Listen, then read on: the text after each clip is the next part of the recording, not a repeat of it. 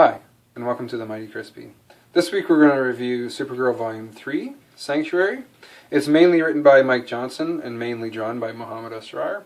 I say mainly because a few other contributors are in on this book, and it's part of what makes this book sort of the turning point for me as far as Supergirl is concerned in terms of personality. But we'll get to that. The first issue in this book is a continuation right from where we left off in Volume 2, where Simon Tycho is down inside Kara's version of the Fortress of Solitude, Sanctuary, down at the bottom of the ocean. And he's sort of merged himself with that brain monster from Volume 1, and he's fighting with Supergirl. And really this whole first issue is the fight with Simon Tycho.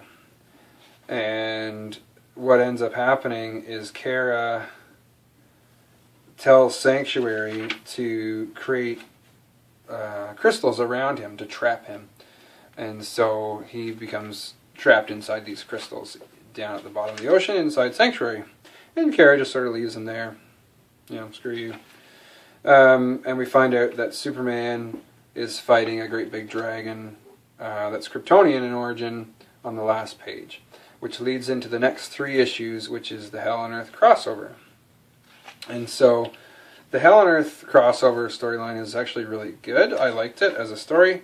It was pretty convoluted in how it went because it went from Superman, Superboy, and Supergirl, and you had to buy those issues in chronological order in order to read the whole story. What I did was I bought the volume of that, but what happens in here is that there's 3 issues of Supergirl that are in the crossover, and they are just here.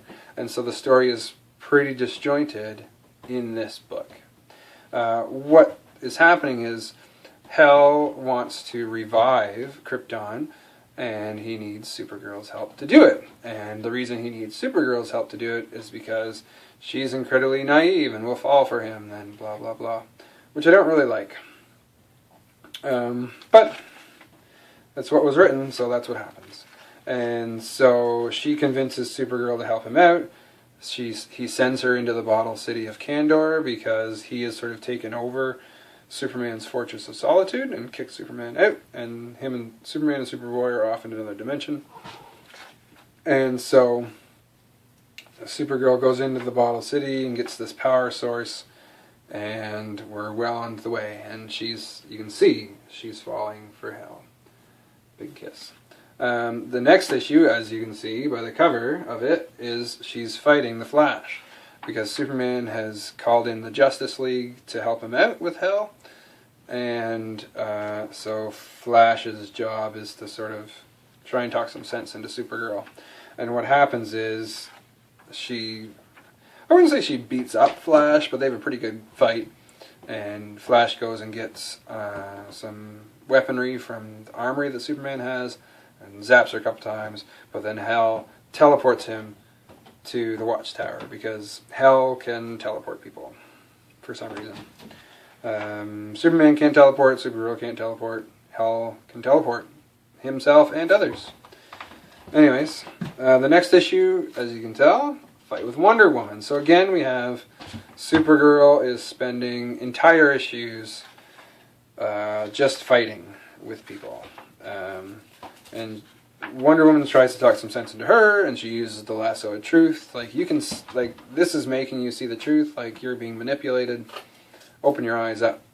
I don't want to hurt you, but I will if I have to. And so Kara realizes that she is being manipulated. My cat's crawling all over the bottom of the couch. And the last page we get of this is, choose between Earth or Krypton, Kara. And that's it. The next issue, she must have chosen Earth because Earth still exists. We don't know. And I liked the way in the Batman Death of the Family, in the Bat Family books, so in the Batgirl book, they included the Batman issue where that gets resolved. And in this, they didn't. And so you're left hanging on as to how this finished, which isn't very cool, I don't think.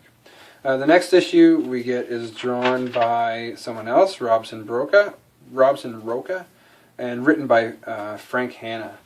And so the art style changes significantly, and it's sort of to the sort of classic comic book style art, as opposed to Muhammad Asrar's. It's got a lot thicker lines and that sort of thing.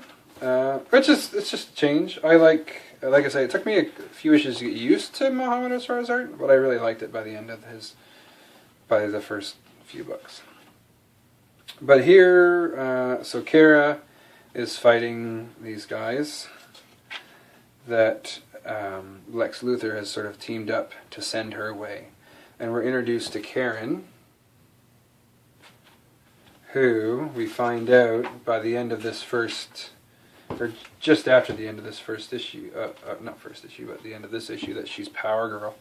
And so after this one issue of break, we go back to Muhammad Asrar as the artist, and on the cover of that issue, it was that bifold month, Power Girl is here, and in the cover, she's in her sort of classic outfit. But during that fight, really, we're back to Mike Johnson being the writer too, by the way.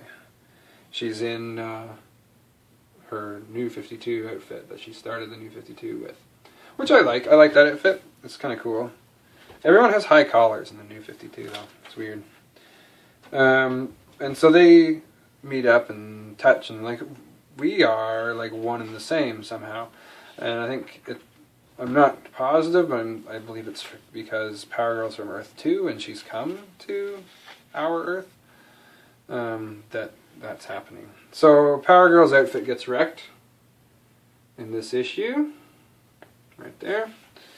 And they defeat this great big guy, but then Kara's succumbing again to her kryptonite sickness that she got infected with in the issue of the Hell book that we missed. So that's a pretty key plot point to miss out in the Supergirl volume. Like, she goes from being fine to having kryptonite poisoning without any explanation in this book, which is a pretty big hole, I would say. But they go back down to the Sanctuary, and in the Sanctuary, Power Girl gets her Power Girl outfit back, which is controversial for a whole different set of reasons, if you take my meaning. Anyways, and then the last issue in this book is written by someone else. Michael Allen Nelson is the writer for the last issue of this volume, and you can really tell that there's a striking difference between Nelson's writing and Johnson's writing, like night and day. We actually get to see personality out of Kara. We get to see personality and interaction with Kara. She doesn't spend the whole issue just fighting. She's talking with Power Girl and discussing things, and what happens is Sanctuary, the place they're in, the sentient place they're in, decides that one of them must be a clone because they're both Kara, and has to kill one of them. So Sanctuary first starts out trying to kill Power Girl, and then once Supergirl convinces Sanctuary that Power Girl's not a clone, Sanctuary goes, okay, well, if she's not the clone, you are, so I'm going to kill you instead, and throws Power Girl outside of the place. And then Kara's big plan, because they sort of have like this twin telepathy thing going on. No, she just shouts really loud, I guess. Yeah, she just shouts really loud.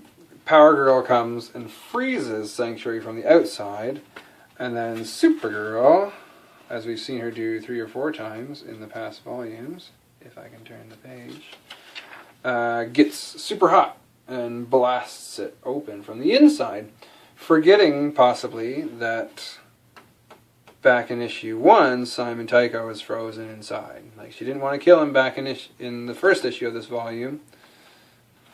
She blows him up in the last issue of this volume. Probably has to do with a different writer, not considering that, but, you know, whatevs. And so they fly away, and what ends up happening is Sanctuary, the place, reforms as Sanctuary, the robot, and we get a cliffhanger for the end of Volume 3. So I like that we get some movement on Kara, the three-dimensional character in this book. We don't get a lot of it. Most of what does come out of it is in that last issue. But she gets to be a little more three-dimensional here. She's got a personality instead of just fighting everything all the time. And while it's visually exciting to have Supergirl fight with people all the time, as Mike Johnson wrote his issues, it's not engaging, really, because you don't get invested in the character. And so by the end of this book, I was a little more invested in Supergirl, the person. And that's sort of what you want, right? You want connections between readers and your art. Anyways, I'd give it a buy. Having read it, I still would have bought it. If you liked the video, give it a thumbs up and share it with your friends, and subscribe to the channel so you can see more of what I've got. I do comic book reviews and different sort of highlights throughout the week, and then a drawing video every weekend. So come back on Saturday and check that out. Anyways, thanks for watching. I'll see you again soon. Bye. Thanks for watching, everybody. Follow me at Crispy47 on Twitter. Don't forget to subscribe and click the like button if you enjoyed the video. Thanks. Bye.